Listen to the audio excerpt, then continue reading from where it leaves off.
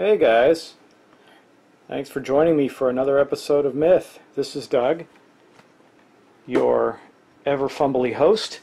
Doug Mystic, I am Board Game Geek. We are in the middle of, deep in it with a playthrough of Myth with our soldier and our brigand, and I'm just hoping that we survive the first act so there's a point to going on to the second of 3 acts.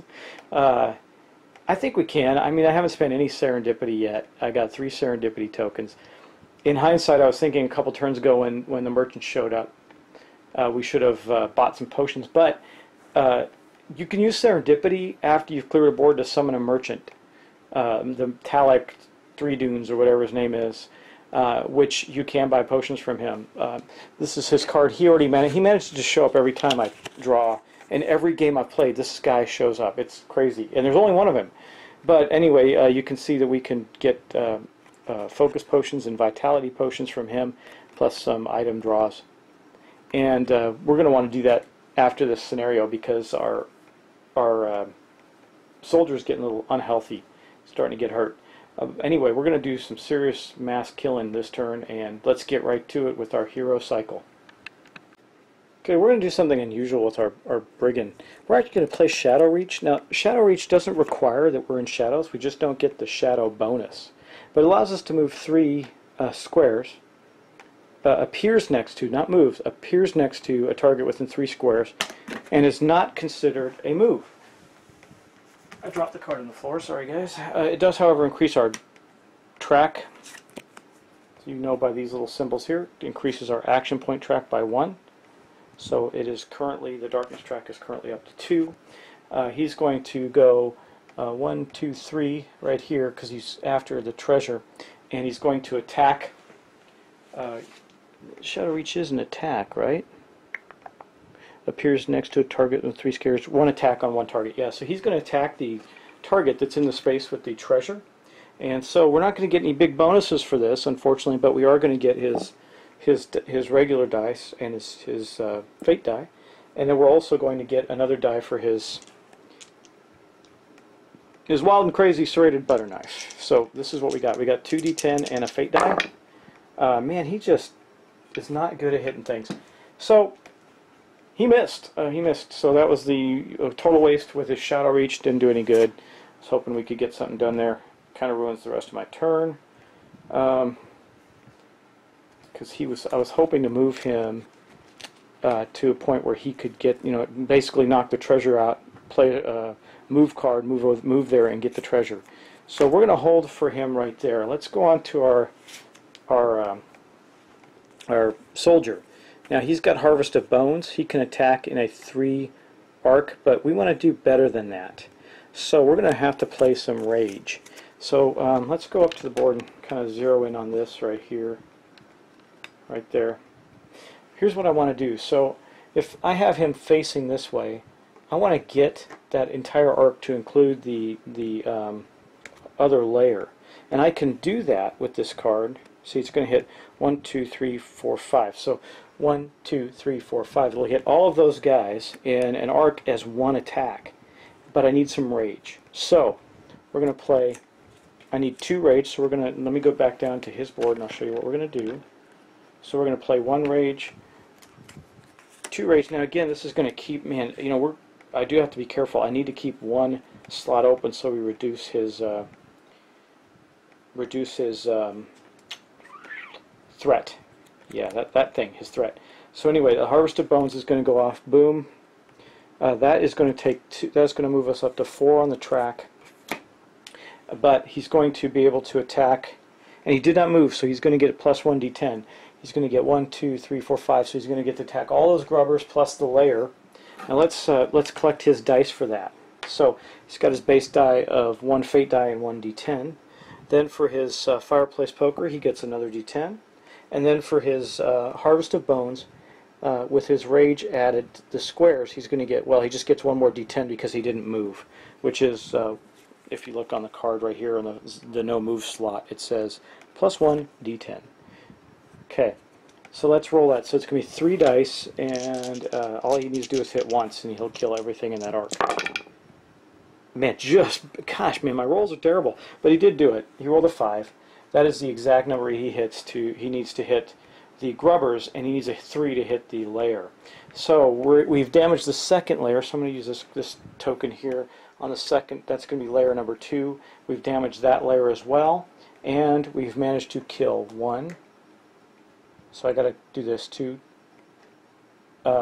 damage for the layer, 3, 4, 5. Now he is at, and I'm going to replace this little guy with a grubber because I don't want these, I want to be thematically correct. So he killed 5 guys. Basically that does complete the quest for him, which is kind of cool. I'm going to see what that does and break for a moment there. But he did manage to kill all of those guys, and he did a lot of damage, 5 points of damage, put him up to 10. We're going to keep this slot open, so when we do go to the card phase before the refresh phase, his threat drops down in the event of an activation of darkness, which I don't think we're going to have one this hero cycle. It'll probably be the next hero cycle. But I do want to reduce his threat by 1. Had I rolled a rage, I would have been able to add 1. Oh no, his fireplace poker reduces threat by 1, so I probably would have taken that option, but we didn't roll it. So anyway, he did a lot there. So let me pause for a moment and look at the quest, because by Hero Cycle 3 we completed it. We needed to complete it by Hero Cycle 5, so we'll be right back. Okay, so here's how this rolls out for us. As you can see, the victory condition for this little quest, which is just a normal chapter quest. I don't know what you're talking about. I'm not drinking. I didn't drink anything. I don't know what is going on. I don't know. A single hero must kill 10 minions in 5 hero cycles or less to win the wager. Well, we did. So we get 2 more serendipity. And it says Marcus the Ready can now be purchased as an ally with serendipity, and we remove 1 more of the basic white items from the treasure pool, so that gives us better odds of getting a green item. Now, how do you know that? By the way, this is not stated in the rules, so I always try to point it out. That little white dot there means that you're going to remove what would, if you were using tokens, would be a white treasure token. But in this case, we have the bronze pieces that are the lowest denomination, and those represent the white treasures. So we removed 1 of those. I'm going to gather our 2 serendipity, and we have completed that quest. And I'm also looking to summon an ally because, heck, it might not be a bad idea to do that. Okay, we did add our 2 serendipity to our stack after completing that quest. Now it says that I can summon this Marcus the Ready to any tile that I'm on, and serendipity works outside of the normal game turn, so I suppose I could do that at any time. I'm not 100% sure I want to yet, even though, because we have 2 more tiles to clear on this one thing alone. What I really need is healing. And so I'm not sure I want to summon him yet.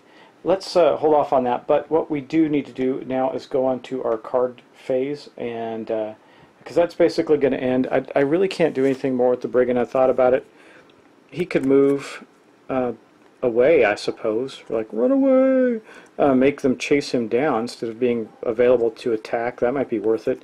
It will advance the darkness track 1 more. We'll still be at 5, but then on the refresh phase we'll have an activation if I do that. If I don't, then we won't. So I think since we're not going to activate the darkness this turn, I'm going to just stay there. And that's going to end our hero cycle. That way we don't have an activation, and that's a good thing. So in the next thing we're going to do is our hero card cycle. So let's look at our soldier. Now these 2 are going to go away. These 2 are the ones that he has in his hand, or these 3 are the ones that he has in his hand right now. He's going to discard the Harvest of Bones. I guess he'll keep the Battle Roar and get rid of... Yeah, he'll keep the Battle Roar and get rid of the 2 attacks. We're likely to get more attacks. Now in doing that, we are going to reduce... He had 1 slot open, so we are going to reduce that down to 9. And unless we draw a bad Darkness card, we'll avoid that penalty. Now, moving over to our Rogue, you see he's just got Shadow Reach out. That's going to get discarded.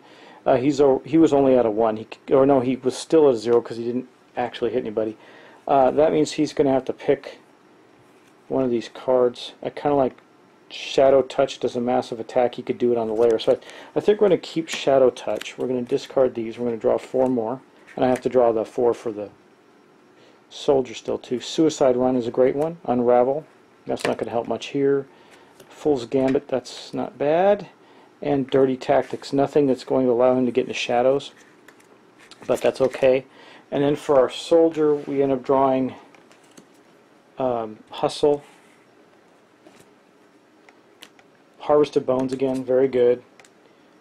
Drawing the Ire, that's a good one too. That draws attacks to him. And Sprint, that means we'll be able to sprint around and kill a whole bunch of things again. Woohoo! Okay. Now I do know that when next we go and we do some of these activations, we're going to have another darkness cycle. So the more we can clear from the board at this time, the better.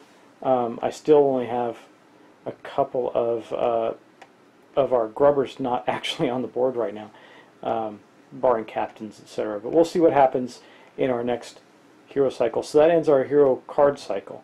Now we go on to our refresh phase. So the only thing that's really going to happen during this refresh phase is this. We're going to pop that up 1 because we still have living grubbers on the board. It doesn't matter how many, just have to be there.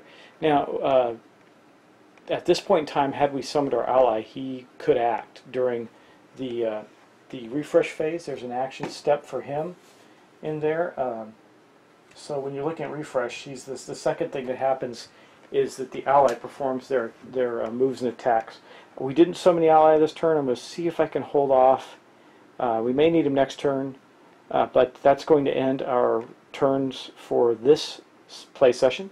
Thanks for watching, and I hope to talk to you soon. See you on the next video. Thanks.